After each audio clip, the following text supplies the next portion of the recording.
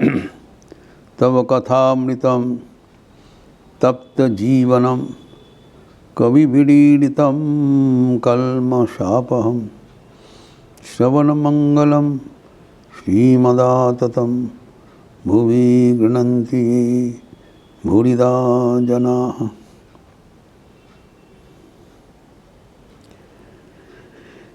ईशा अवतार के बारे में चर्चा हो रहा था। ईसा मसीह,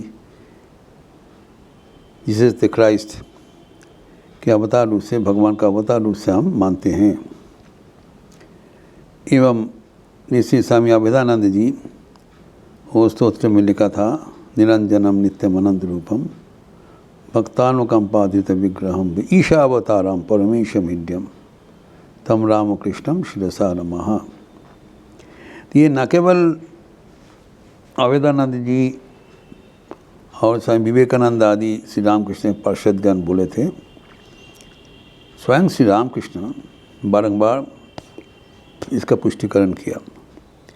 इसका चर्चा श्री माता महेंद्र गुप्ता अपना स्मृति चरण में विशद रूप से किया है। हम जानते हैं कि मास्टर मशाय के जो उक्ति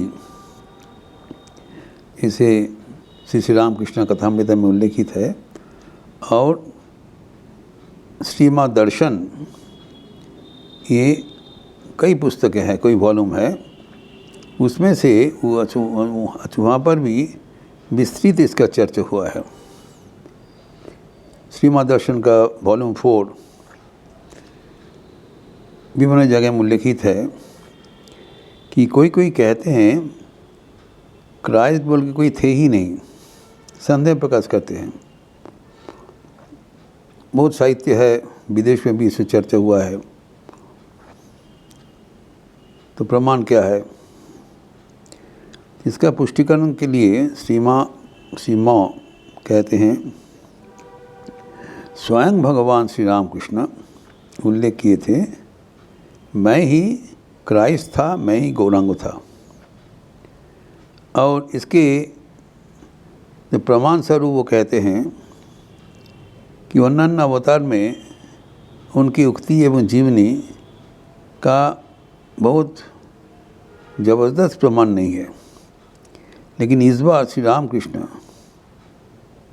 ये जो उनका जो प्रमाण स्वरूप मास्टर मशे को लाए थे, वो बार, तिथि, नक्षत्र सब कुछ एवं एनवायरनमेंट सब कुछ डिटेल्स लिख के दिया है, ताकि भविष्य में कोई संदेह ना रहे हुआ कि नहीं हुआ है।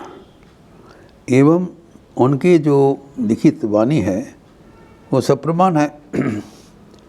और वहाँ पर ही श्री रामकृष्ण ने कहा, मैं ही क्राइस्ट था,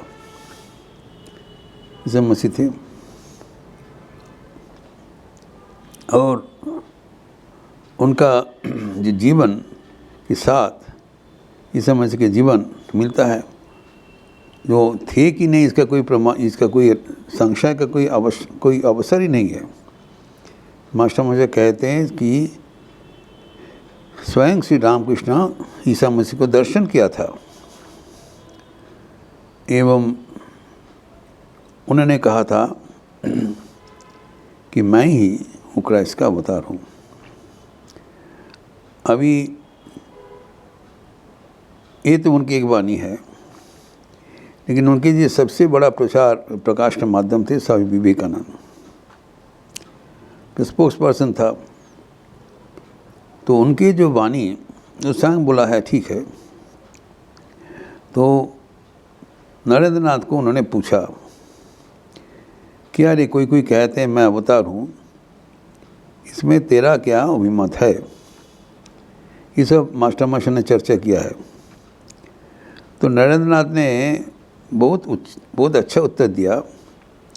कोई आपको अवतार कहते हैं, वो अच्छा है, उनका जो श्रद्धा भक्ति ठीक है, प्रशंसनीय है, लेकिन मैं आपको कोई बोल रहा है इसलिए आपको अवतार मानने के लिए तैयार नहीं हूँ। जब तक मेरा जो बुद्धि विचार से आपको हम नहीं देख पाएंगे, जांच करके मन में सब संदेह दूर जब तक नहीं होता है, तब तक मैं आपको ग्रहण करने में असमर्थ हूँ। ठाकुर बहुत खुश हो गए, बहुत आनंदित हुआ।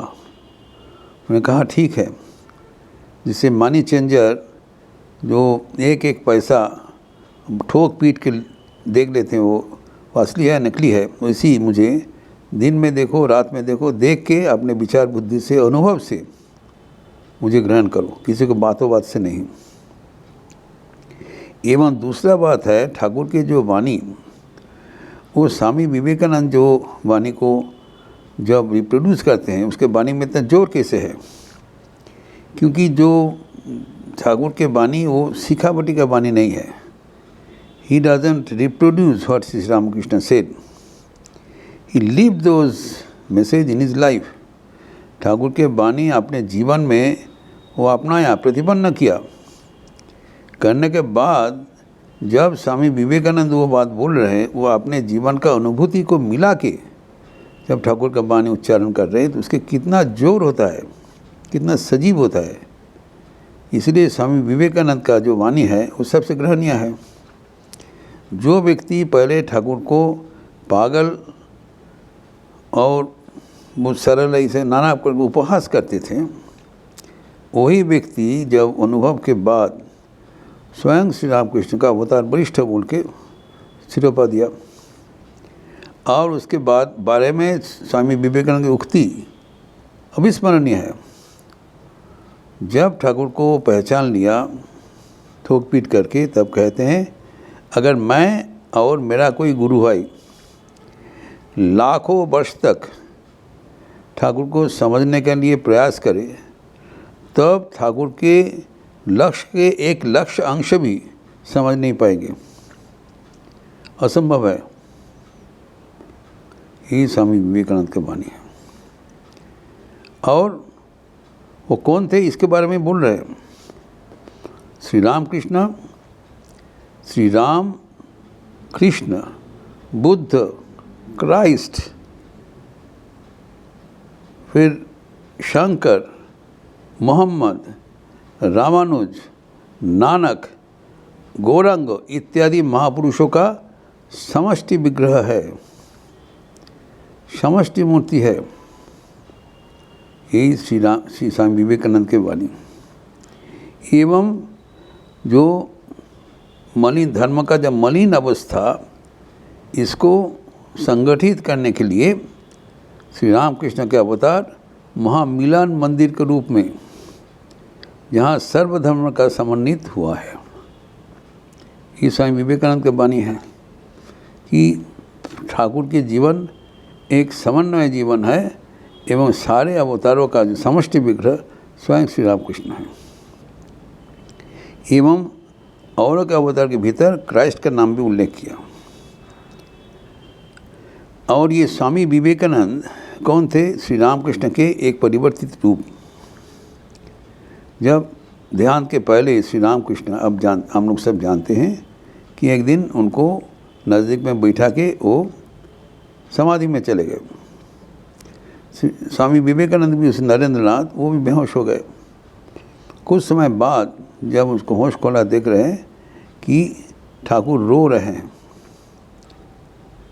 तो उन्होंने कुछ बोला नहीं, आश्चर्य हो गए। तब ठाकुर ने रोते हुए बोला कि आज तेरे को हम सब कुछ दे के फ़कीर बन गया। हमारा जो शक्ति है अभी उस शरीर में प्रवाहित होके जन कल्याणमुखी कर्म करेगा, और बाद में वो तुम स्वधाम में फिर चले जाओगे। भविष्यवाणी किया। ये जो स्वामी विवेकानंद श्री रामकृष्ण के परिवर्तित रूप हुआ, उनके भीतर ही श्री रामकृष्ण को देखा जाता था।